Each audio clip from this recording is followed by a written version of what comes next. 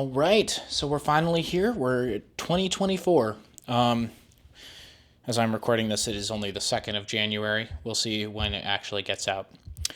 Welcome back to Cementicians. I'm your host, Joe Alvarez. Anyway, I hope your Christmas has been splendid, and I hope the new year is starting off well for you all. One video I tried to put out a long time ago as kind of a follow-up to the Office video that I did was a video comparing The Office to Parks and Recreation. Now, it has been admittedly about 3-4 months since I finished Parks and Recreation. I'm going to have to watch at least a few more episodes before I actually review Parks and Rec on its own, but I was thinking throughout my time watching The Office how I would compare this to Parks and Recreation. And so I found a spectacular Collider Collider article kind of going, giving the pros and cons to each show. So what I'm going to do is I'm going to read that aloud and kind of capture it on my own computer as I'm doing so, and then comment on it and give my own thoughts. Now, as I was thinking of Parks and Rec in accordance with The Office, I was thinking more just on the character, not arc, not development, but the writing of the characters. And while there's some crossover with what Collider said and what I thought, I think there's going to be a little more, hopefully at the end, where I give a little more of my own personal thoughts that Collider didn't really think of. Okay, so the title is called 5 Reasons Why Parks and Rec is Better Than The Office. So the popularity of The Office is undeniable. Agreed. While the series was on Netflix, it was the most streamed show on the service, surpassing any of the original content on the streamer. I think that's what gave Netflix its big break, I would dare say. Now, many have subscribed to NBC's Peacock service simply because The Office moved there. According to Nielsen, The Office was the most streamed show of 2020 by a lot. I wonder why. The Office also made the mockumentary style of sitcom extremely popular. Many other shows adapted the style, such as Modern Family and What We Do in the Shadows. However, the series that's most often compared to The Office is Parks and Recreation. Parks and Rec premiered 4 years after The Office on the same network, NBC, and used the same mockumentary style. Co-created by The Office writer/producer Mike Schur, I think that's how you pronounce it, Parks and Rec is also another workplace comedy, but focused on a parks department in a small town instead of a paper company. While The Office continues to be more popular, Parks and Rec has its own devoted audience, and for good reason too. Parks and Rec is a superior series to The Office, and here are 5 reasons why. Now, before I get into it, and you can probably just see it on my computer screen at the moment, I have, while I was watching The Office, I held the belief that, yes, Parks and Rec was definitely better than The Office. Although, yes, I understand why people absolutely object to that. And it has more to do with how the characters are written than almost anything else as to why one would say that The Office is better than Parks and Rec. But I'm just going to go through this and their categories, and then I'll comment on them very briefly. All right, so the humor. Okay, well, that's a big step. Not big step, a big reason category to take up because, they're comedies. This is extremely subjective, as everyone's sense of humor varies. However, Parks and Rec seems to have more jokes than The Office, and those jokes are more varied, where The Office distinctly relies on cringe comedy. Now, pause here. The Office was obviously based off the UK Office, and I actually got to watch some episodes of the UK Office finally, because it just got onto Peacock. It is much raunchier and punchier cringe comedy, very much more cringe based than The Office USA. In fact, The Office USA had almost verbatim the same script as The Office UK. It had its roots from British comedy, which is different from American comedy. I couldn't really pinpoint exactly where it is, but British comedy or even just British humor or affection is much more punchy and hurts or cringe. It makes you cringe a little harder. All right, where was I? Oh yes. So, what will often happen is Michael Scott, played by Steve Carell, will make a fool of himself, causing the rest of Dunder Mifflin to sit in silence while the camera lingers on him. This sequence often lasts for a while. These sequences often last for a while and are difficult to watch. Agreed. Although Michael Scott is not the only one. This is practically what is the first 3 seasons, but as those seasons eventually develop, it applies to the rest of the characters as well. even to Jim and Pam, right? It just gets awkward. Now, the point of these scenes is to be awkward and uncomfortable, but it's constant. The amount of cringe in The Office can be exhausting, and it's often more embarrassing than it is funny. There are hilarious running gags, such as Jim pranking Dwight and Kevin's constant stupidity, but the humor mostly relies on Michael acting like a buffoon and everyone being uncomfortable around him. As I said in my Office video, Michael does develop. He becomes a more likable character. While he is still a buffoon, he actually becomes a kind of engaging and lovable buffoon. Now let's compare this with Parks and Rec. Parks and Rec still has plenty of awkward moments, boy does it, but it knows how to make you laugh instead of making you look away. Fair enough. For example, one of the funniest scenes on the show is from the episode The Fight. In it, Tom Haverford, played by Aziz Ansari, introduces a new alcoholic beverage called snake juice.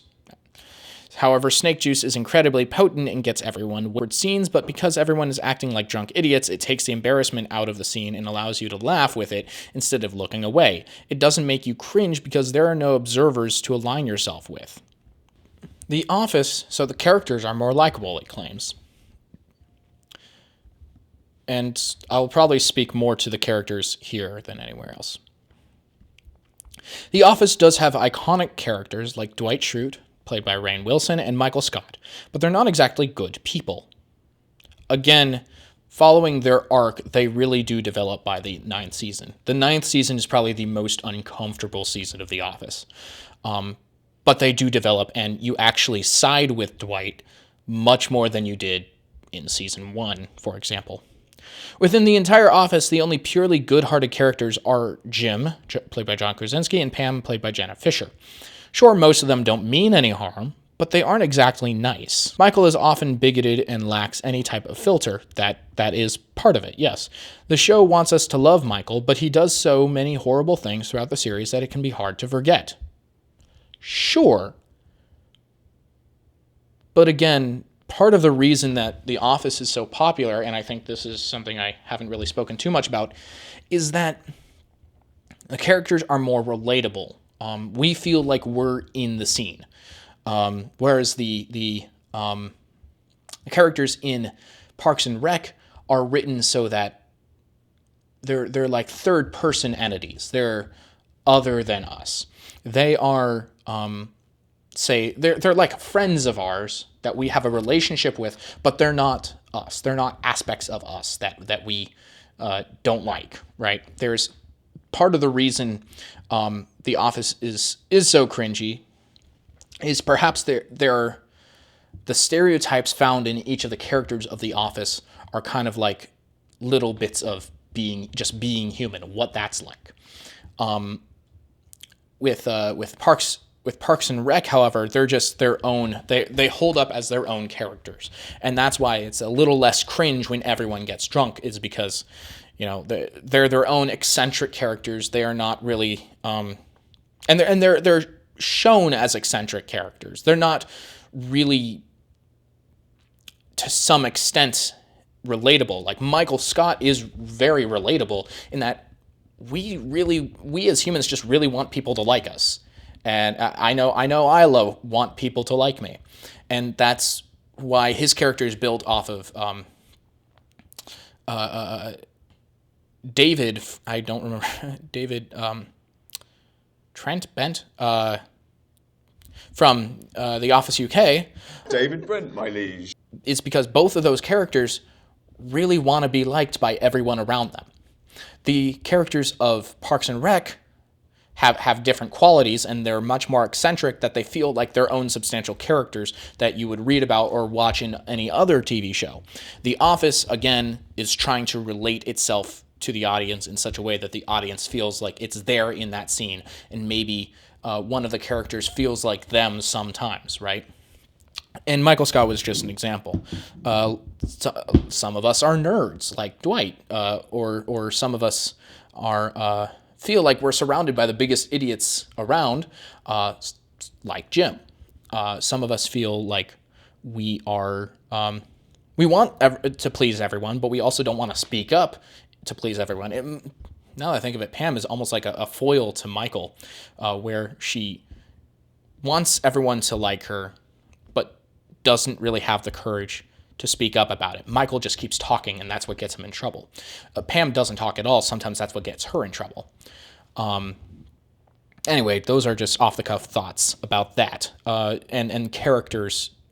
Let's see. Let's actually take some examples of the characters in Parks and Rec. Tom Haverford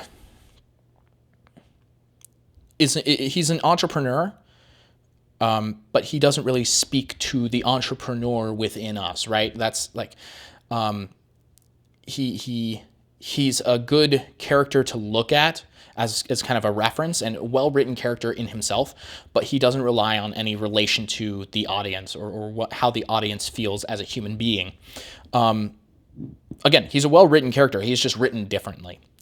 Same thing goes for Ron Swanson, or Leslie Knope is her own eccentric political character. She's like people we have seen in our life, but she isn't necessarily like someone like us. She's like other people, and I think that's how these characters are written. They're written as we see other people versus written as we see ourselves.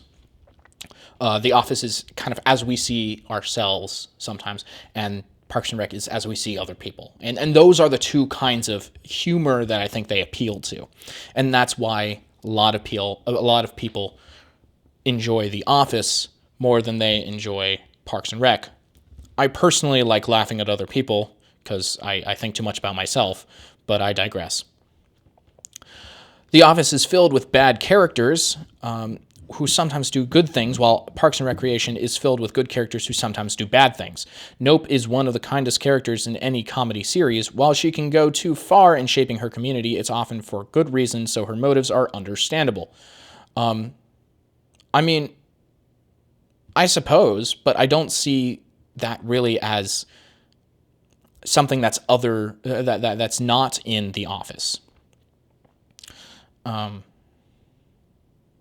I stopped liking her by, how many seasons does it have? 7? By at least the end of the 6th season, I really didn't care for her. She was way too annoying. She got away with way too much, and she took advantage of everyone around her. While I think Michael Scott kind of grew on me, I started disliking Leslie Knope, and I think she devolved rather than evolved. The part at the end was the finale was, acceptably sweet and charming, and it concluded the series, and we'll get to that in a minute. Even a character like Ron Swanson, played by Nick Offerman, is really a nice person. Yes, he has a hardened personality and tries to be apathetic, but his emotions often get the better of him, which leads him to do the right thing. And that's another big part of it, is he's like, the libertarians that we think of, right? He's as we see libertarians, not at the beginning of the show, he calls himself a libertarian. He then develops a little more throughout the show as being more than what we see him to be. But again, he's not written as us or some part of us, of being human.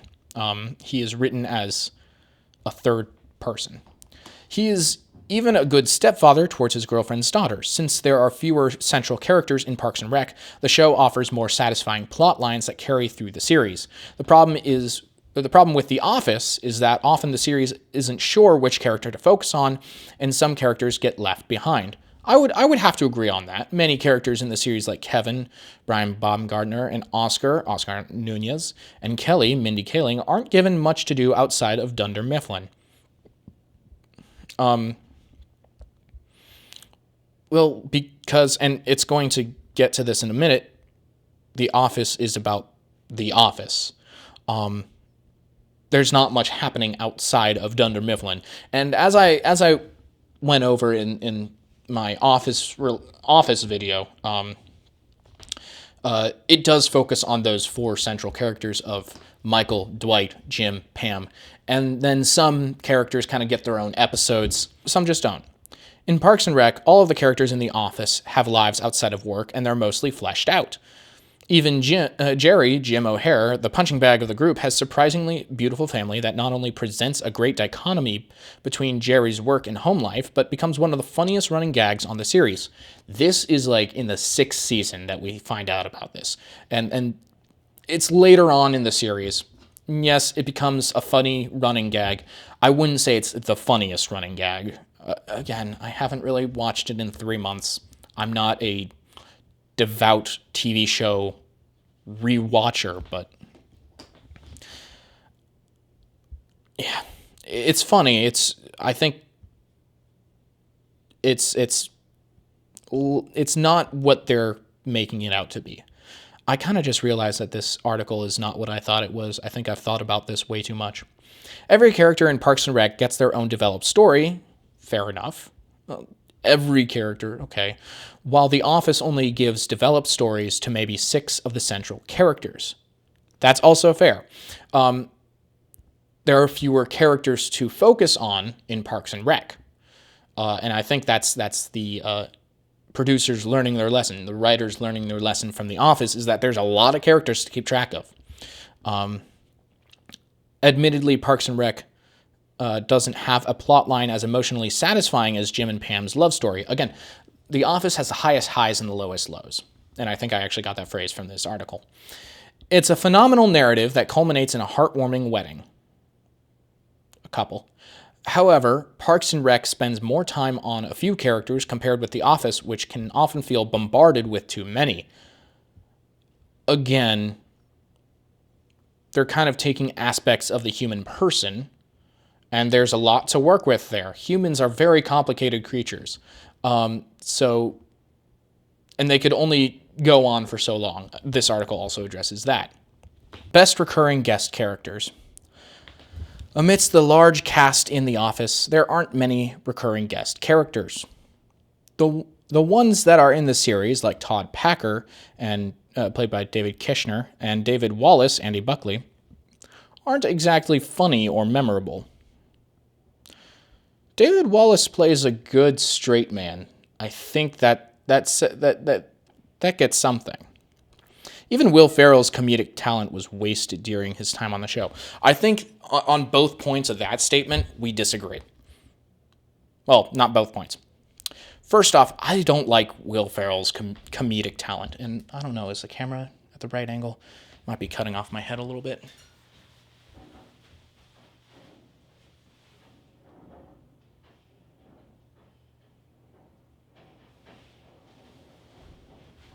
There we go.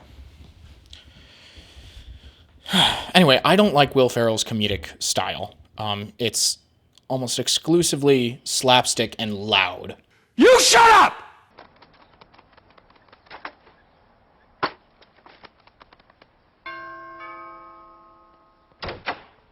Hello? That's not funny! And you guys are going to hate me for this. I haven't actually seen Elf yet. Gasp. And it was not even at the best part of Will Ferrell's career. However, the recurring guests on Parks and Rec are some of the many highlights of the series. Most notable is Ben Schwartz, and I've only been encountering him more so since this show. as Tom's problematic best friend. Every time he shows up, he delivers comedy gold. Technically, I'm homeless. And people have found ways to quote him despite him having limited time on the series. Don't be suspicious. Don't be suspicious. That's the other thing. The Office is quoted way more than Parks and Rec. I have rarely seen anything other than Ron Swanson clips being quoted on the internet, like, or even in real life. I do not see Jean-Ralphio as a more quoted character than, say, Michael Scott or Dwight Schrute or anyone in The Office. The Office has been quoted way more. Boy, have you lost your mind, because I'll help you find it. Sometimes I'll start a sentence, and I don't even know where it's going. Bears beats Battlestar Galactica. Well, well, well. How the turntables... Bo body, Bo body. That's what she said. That's what she said. That's what she said. That's what she said. That's what she said. That's what she said. That's what she said. That's what she said. Other great guests include Billy Eichner as Crazy Craig and Paul Rudd as Bobby Newport. That was a funny guy. Even characters who only appear for one episode have become memorable. Everyone who has seen the show remembers Fred Armisen as the head of Pawnee's sister city's parks department in Venezuela. Patton Oswalt's Star Wars filibuster also became an iconic moment of the series. Doesn't he predict Book of Boba Fett in that episode? Then, pan down from the twin suns of Tatooine. We are now close on the mouth of the Sarlacc pit. After a beat, the gloved Mandalorian armor gauntlet of Boba Fett grabs onto the sand outside the Sarlacc pit, and the feared bounty hunter pulls himself from the maw of the sand beast. The Office simply doesn't have many memorable guest characters, and many of the celebrities who appeared in the series didn't stand out. They had some hits and misses. Also, it's an earlier show. Again, the Office was kind of the successful training wheels, and Parks and Rec kind of rode that a little bit. And so there was a little more popularity with NBC, especially in its connection with Saturday Night Live. You do have Jim Carrey as the was it the Dinky Lakes? He was the guy who was going to the lake and checking out the job as manager after Michael Scott left the show. I want the job. I really do. It's just the rest of my family's in the Finger Lakes right now. I'm supposed to be in the Finger Lakes right now. I told them I was on a hike, snuck away to do this interview. I gotta get back pretty soon, don't worry. People disappear in the Finger Lakes. And then you have Will Arnett as also one of those guys. And a lot of people just became famous because of The Office. So there's kind of a difference there as well. The Office simply doesn't have many memorable guest characters, and many of the celebrities who appeared on the series didn't stand out because they weren't exactly big names until The Office, excepting maybe Steve Carell and Will Ferrell and a couple of others. A comedy doesn't have to have great guests to be great, but they can be a bonus, agreed, and Parks and Rec has them in spades. Also fair. Pawnee is just better than Scranton. Okay, there we go. Pawnee is a much better realized setting than Scranton is. Pawnee does have more freedom to build an interesting small town since it's not real. But we never see The Office explore Scranton. Yeah, I think there's a common denominator there. Where Scranton is a real place, people have gone to that tower in the intro scene and taking pictures with it, right? And the sign, "Welcome to Scranton."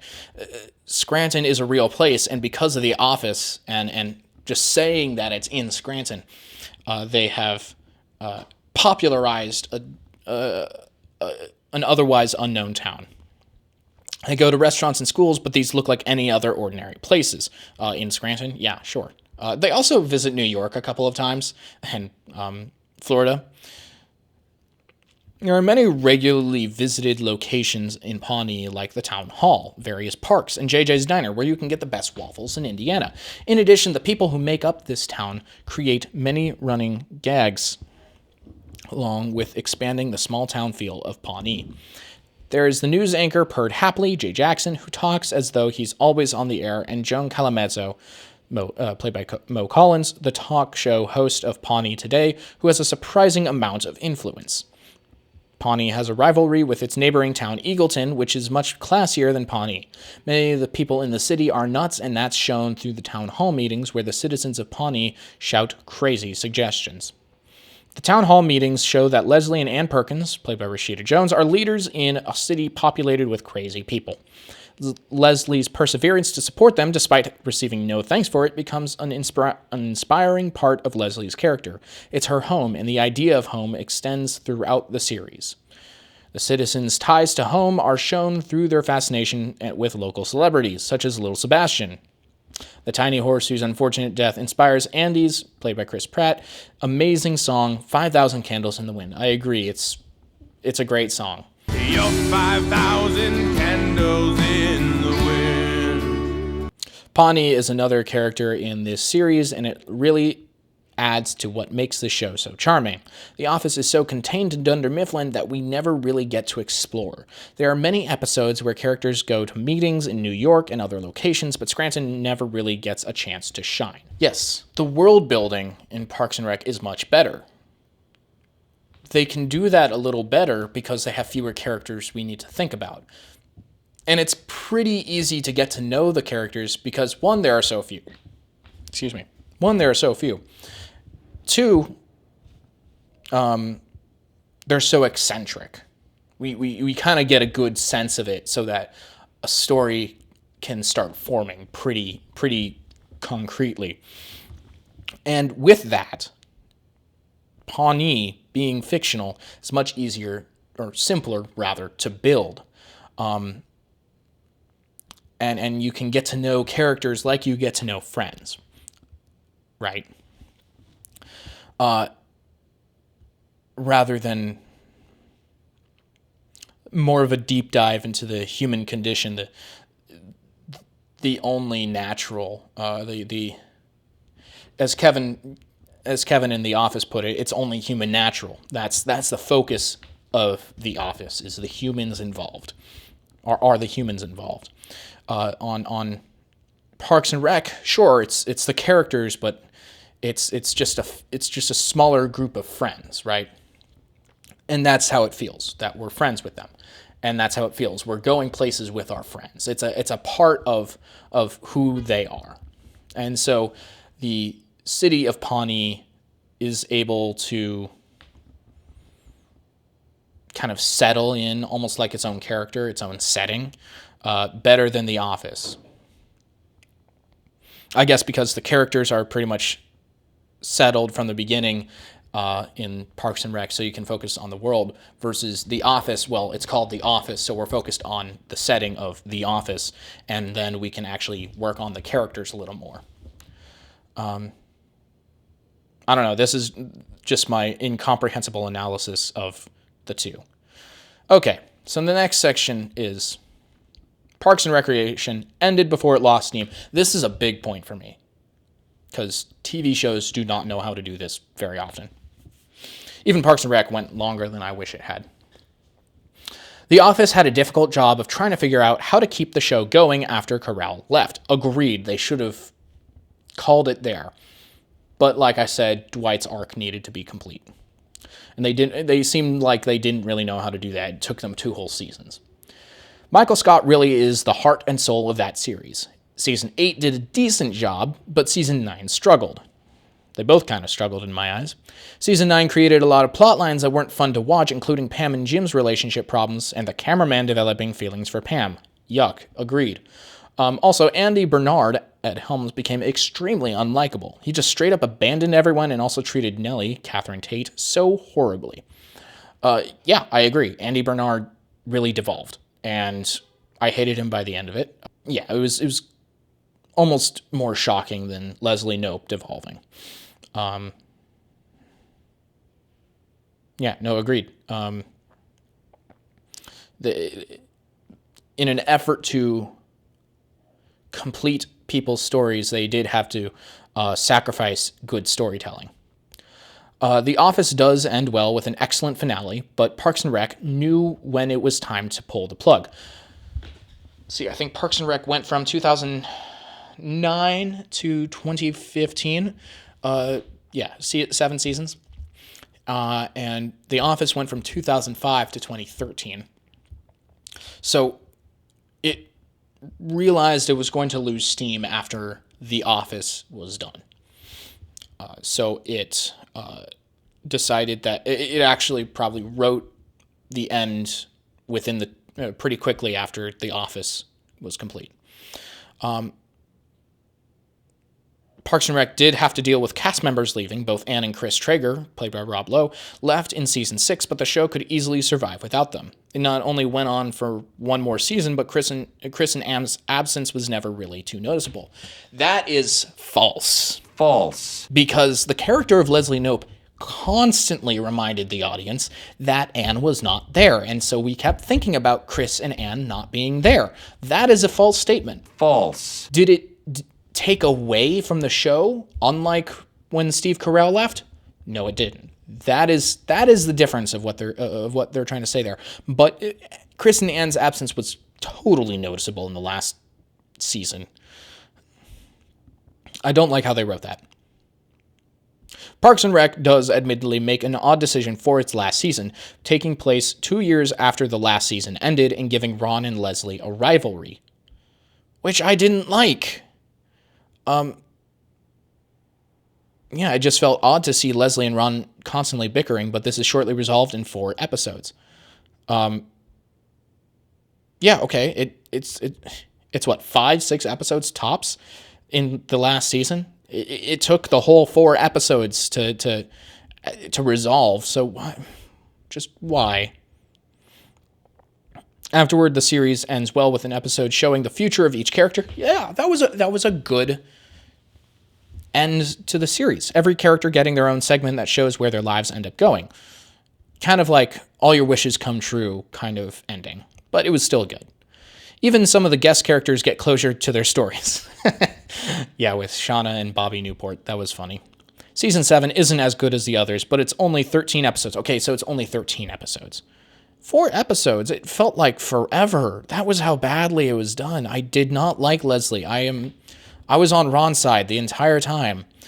The Office has a great finale, but it struggled to get there in its final 2 seasons.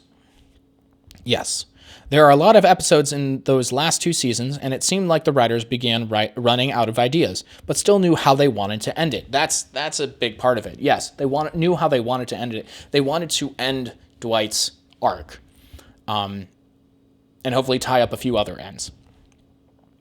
For example, the episode Customer Loyalty, in which Jim misses Cece's first recital due to his other job, is not fun to watch. That's true. They also made a bigger deal out of it than it was. And they made less of a deal out of their romantic surprises for each other, especially with the house and things like that. A much smaller deal than it was. And that's what really ticked me off about that. Jim and Pam end up having a huge argument, and watching the dream couple who we have become so invested in develop massive marital problems is a bummer. Yes, again, they played it up way too much. Plus, this brings in the plot line with the mic operator, which is completely unnecessary and goes nowhere. Agreed. But they had so much time, they needed to give themselves so much time to end the series. And they had to give Dwight his arc, and they realized that they needed more. They just needed more. The Office will continue to be more popular. Yes, agreed. But there's more to appreciate with Parks and Rec. Its charming characters, unique setting, and goofy sense of humor make it a top-tier comedy series. It takes the Office formula and ends up doing it better. Okay. While I realize that I was constantly refuting things on this article, it makes very good points. The reason I was refuting things is because I was thinking of very different things regarding the differences between The Office and Parks and Rec. I was focusing on both of them in merely the character writing sense. This article focused on the world building sense and the overall things that make a comedy show, a good comedy show. The diversity and the humor, right? The characters are more likable. That's kind of debatable, but the characters are written differently.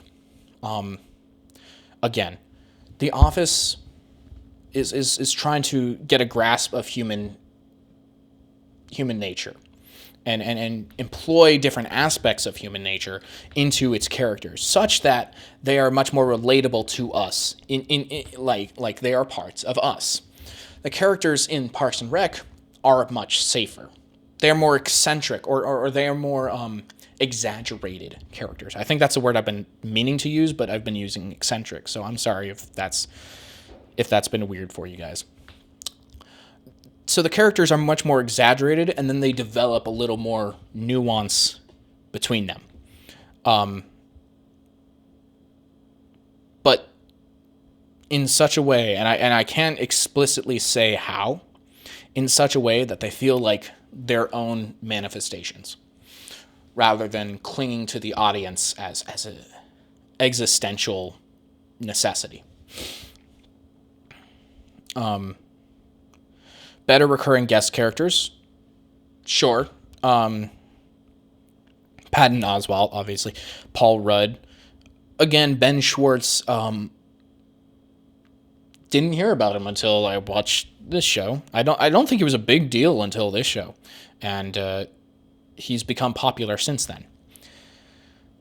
But, David Koechner was a big name because he, Will Ferrell, Steve Carell, and Paul Rudd were all big names or big characters in the movie Anchorman and other such comedies. So he and Steve Carell had been seen together before. Again, also with Will Ferrell and Paul Rudd, who I was surprised did not actually make an appearance, if I'm not mistaken, in The Office.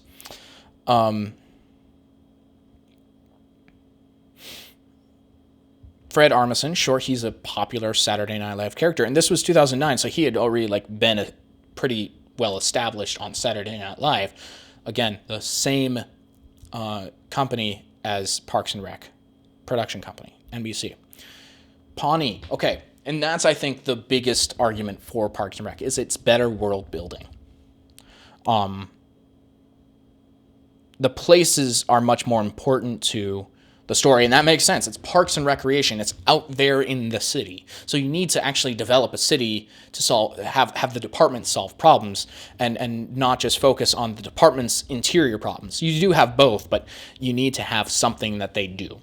And it's similar with The Office, is they talk about, business ventures, right? They go out and actually put themselves in front of other companies, but it doesn't matter who the companies are. What matters are what the characters are doing or saying, something like that.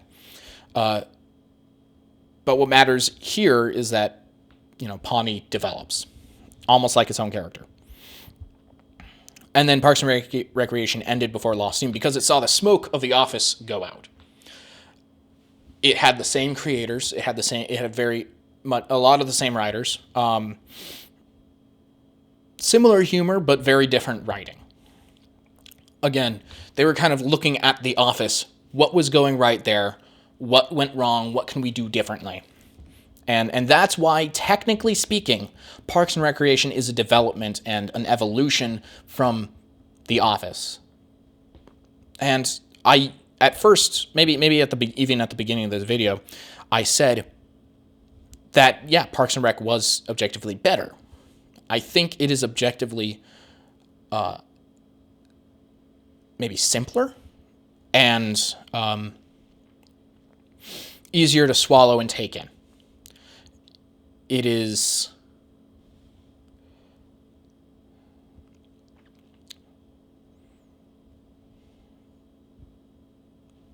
in that sense it's also flatter. It doesn't try quite as hard to be provocative. And obviously there are going to be moments in this show where sure, people may point out where I'm wrong on that, but I don't think it tries as hard as The Office. Again, The Office was based on a punchier and raunchier British humor show. So, of course, it's going to be a little harder to swallow and more cringeworthy than Parks and Recreation. Parks and Recreation is a little more watered down and maybe sweeter and smaller, more palatable. So in that sense, one could say it's better. In another sense, well, they're just two different things. And I think we can enjoy them equally. I do think that Parks and Rec doesn't have quite the same popularity that it ought to have. It is rather underrated. I think I would put them both on equal footing, except for, the objective popularity. Anyway, that's my analysis of Parks and Recreation and The Office. What do you think is better, Parks and Rec or The Office? Let me know down in the comments. Subscribe if you want. I really don't care. This is really for my own edification, and I just hope that you guys also enjoy. Tell me how much you enjoyed this by subscribing, hitting the like button, sharing with friends, whatever you want to do. I know it's long. I'm going to try and put things in short format, but we'll see how that goes. Anyway, see you all, and Happy New Year.